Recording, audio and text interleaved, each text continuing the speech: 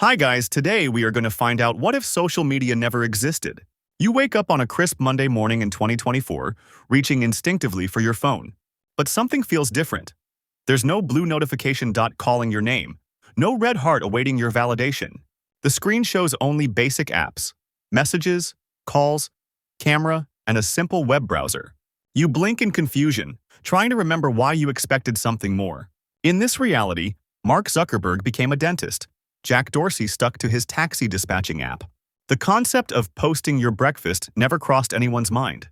You probably won't survive this revelation, but your attention span might actually thank you. So, before you get comfortable, take a moment to like the video and subscribe, but only if you genuinely enjoy what I do here. Drop a comment with your location and local time. I'm curious where you're watching from today. Now sit back and let's dive into today's alternate journey together.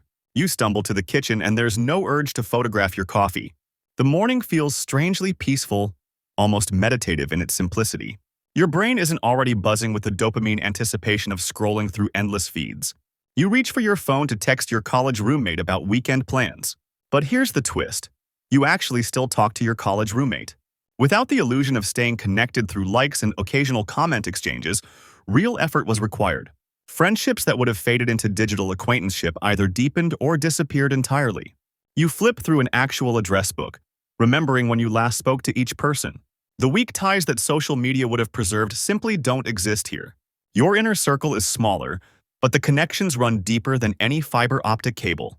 You call 3 friends to organize dinner, hearing their actual voices, sensing their genuine enthusiasm. No one's multitasking while talking. When you're on the phone, you're present. Dating happened through mutual friends, workplace encounters, or those terrifying cold approaches at coffee shops. You remember your first relationship developing slowly, without the anxiety of analyzing response times. There were no digital breadcrumbs to obsess over, no stories to dissect for hidden meanings. Breakups were cleaner. When someone was gone, they were actually gone. Your brain adapted to genuine mystery about what people were doing when you weren't around. You turn on the morning news, and Walter Cronkite's spiritual successor delivers information with gravitas. There's no algorithm deciding what's important based on your browsing habits or emotional triggers. Professional journalists still gatekeep information, for better and worse. Fewer conspiracy theories, but also less diverse voices. You hear about major events hours later, not seconds after they happen across the globe. The news cycle moves at human speed, allowing time for fact-checking and context. Misinformation still exists, but it spreads like a cold rather than a wildfire. You call your neighbor to ask if they heard about the earthquake in Japan. Word of mouth creates natural information filters. Stories gain credibility through repetition and verification. Breaking news actually breaks something rather than being a constant state of manufactured urgency. Local newspapers thrive because people need reliable sources for community information. You read entire articles instead of headlines, your attention span unbroken by endless scroll mechanics. Editorial opinions carry more weight because fewer voices compete for your attention. The coffee shop buzzes with actual conversation about current events, not people staring at screens. Democracy functions differently when citizens process information slowly and deliberately, rather than reacting to viral soundbites. You check your email without the creeping anxiety that someone, somewhere, is harvesting your digital soul. Companies still collect data, but the scale is manageable. Think garden sprinkler versus industrial vacuum. Your phone doesn't know your deepest fears, political leanings, or that you Googled how to fold a fitted sheet at 3 a.m. Advertising remains blunt and obvious. Billboards, TV commercials, radio jingles that actually stick in your head. You're not trapped in filter bubbles because algorithms never learn to read your mind. Privacy isn't a luxury good sold back to you through premium subscriptions. The concept of digital detox doesn't exist because there's nothing to detox from. Your location isn't constantly tracked, so you can disappear for a weekend without explaining yourself. Targeted advertising means the sports store sends you catalogs because you bought running shoes once. Identity theft focuses on credit cards and social security numbers, not your entire digital persona. Revenge porn never became a weaponized concept because there was no platform for viral humiliation. Your teenage mistakes stayed in your hometown, not preserved forever in searchable databases. Employers judge you by your resume and interview, not your Twitter history or Instagram aesthetic. Mental peace comes easier when corporations aren't psychologically profiling your browsing patterns for profit. You update your resume the old-fashioned way, printing copies and mailing them to actual human beings. LinkedIn never existed, so professional networking happens through industry conferences, alumni events, and those awkward office holiday parties. Your career advancement depends on who you actually know, not who's in your digital connections list. Influencer marketing never became a trillion-dollar industry because there were no influencers to begin with. Companies advertise through traditional media, sponsorships, and word-of-mouth campaigns that actually require quality products. Small businesses rely on local newspapers, radio spots, and the ancient art of customer satisfaction. You build your professional reputation through actual work performance, not viral LinkedIn posts about leadership. Job hunting involves classified ads, employment agencies, and networking events where you shake actual hands. Personal branding means having a good reputation in your industry, not curating an online persona. Entrepreneurs validate business ideas through market research and focus groups, not by counting likes and shares. Remote work exists but remains limited because video calls haven't replaced the need for face-to-face collaboration. Your professional worth isn't measured by follower count or engagement metrics, but by tangible results and peer recommendations. Career pivots happen more slowly but with deeper consideration, without the pressure of constant public documentation. The gig economy never exploded because there were no platforms to connect millions of freelancers instantly. You navigate your teenage years without the constant pressure of curating an online identity for peer approval. High school drama stays in high school hallways instead of following you home through cyberbullying campaigns. Your self-worth develops through real-world achievements and face-to-face relationships, not through validation metrics. Body image issues still exist, but they're not amplified by endless comparison to filtered, edited perfection. You experience genuine FOMO only for events you actually hear about through friends, not every party on the planet. Sleep comes easier without the blue light addiction and the anxiety of missing overnight digital conversations.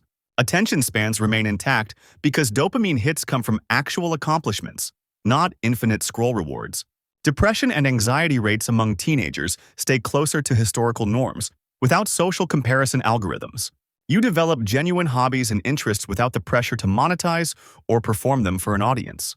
Romantic relationships form without the complications of sliding into DMS or decoding emoji responses. Your mistakes remain private learning experiences instead of public humiliation preserved in digital amber. Mental health conversations happen with trusted friends, family, or professionals, not through performative wellness posting. You learn to be comfortable with silence and solitude, skills that serve you throughout life. Identity formation happens organically through trial and error, not through algorithmic feedback loops designed to maximize engagement.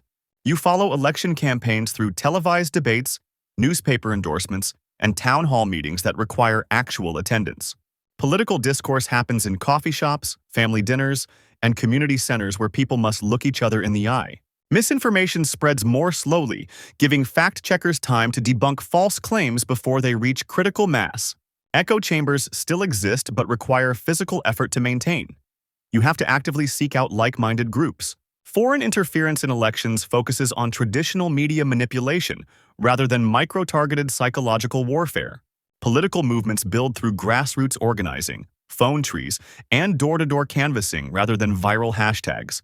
You form political opinions through longer-form journalism and face-to-face discussions instead of 280-character soundbites. Polarization occurs more gradually, without algorithmic amplification of outrage content designed to maximize engagement. Politicians connect with constituents through town halls and local media instead of carefully curated social media personas. Democracy faces different challenges, less digital manipulation but more reliance on traditional media gatekeepers. Conspiracy theories exist but spread through newsletters, radio shows, and word of mouth rather than algorithmic rabbit holes. You witness protests organized through phone chains and community bulletin boards, requiring genuine commitment and local presence. Political fundraising happens through direct mail, phone calls, and in-person events rather than viral crowdfunding campaigns. Election results feel more final because there's no immediate platform for organizing mass skepticism about democratic processes. You discover music through radio DJs who actually know what they're playing, not algorithm-generated playlists based on your data profile.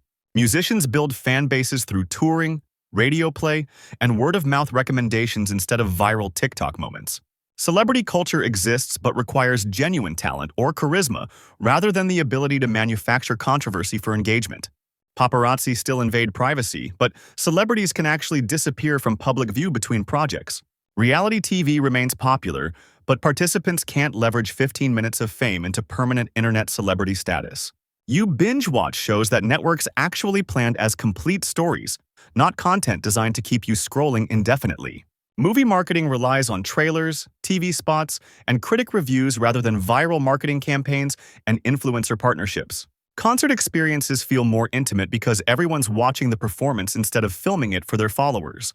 Celebrity endorsements carry more weight because they represent genuine partnerships rather than sponsored content quotas.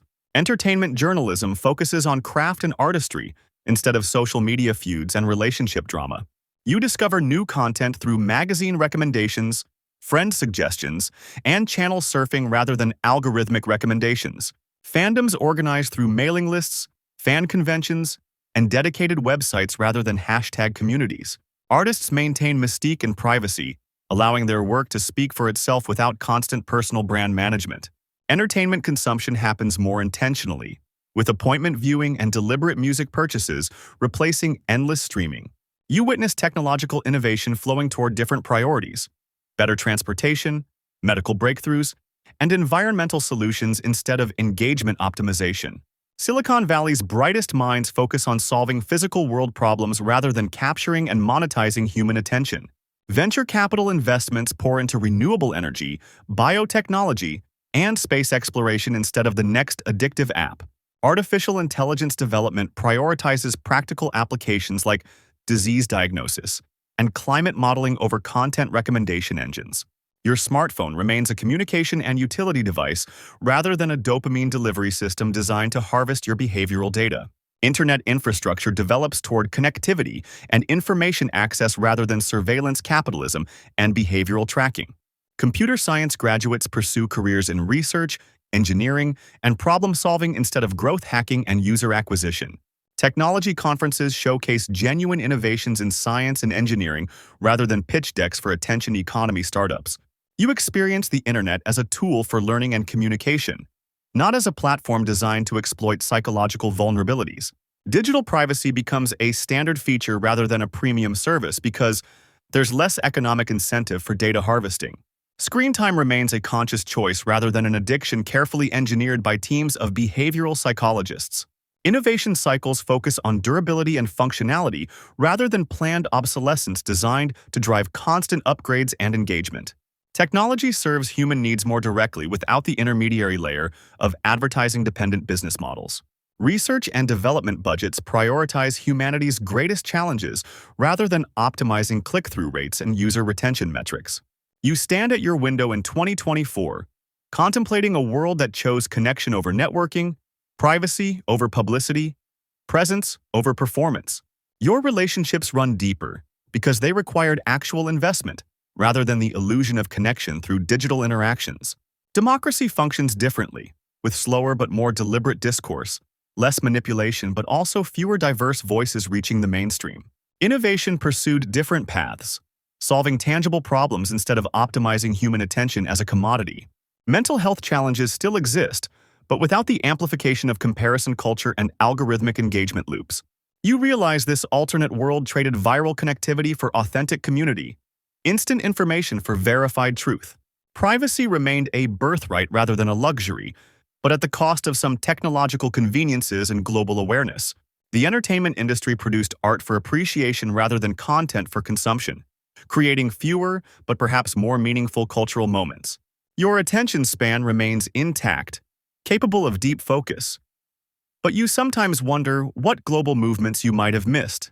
Professional opportunities came through merit and networking rather than personal branding, creating different barriers and different advantages. This world feels more human-scaled, less overwhelming, but also smaller and potentially less innovative in some ways. You wonder if humanity's net happiness increased or decreased, if the trade-offs balanced out across billions of lives. The question lingers: would you choose this reality or trade it all for the dopamine-driven, hyper-connected world that never existed? You close your eyes and feel the weight of this alternate timeline settling around you like a comfortable blanket. In this world without social media, humanity chose depth over breadth, quality over quantity, presence over performance. The trade-offs reveal themselves in subtle ways. less global awareness but more local engagement, fewer viral movements but stronger community bonds.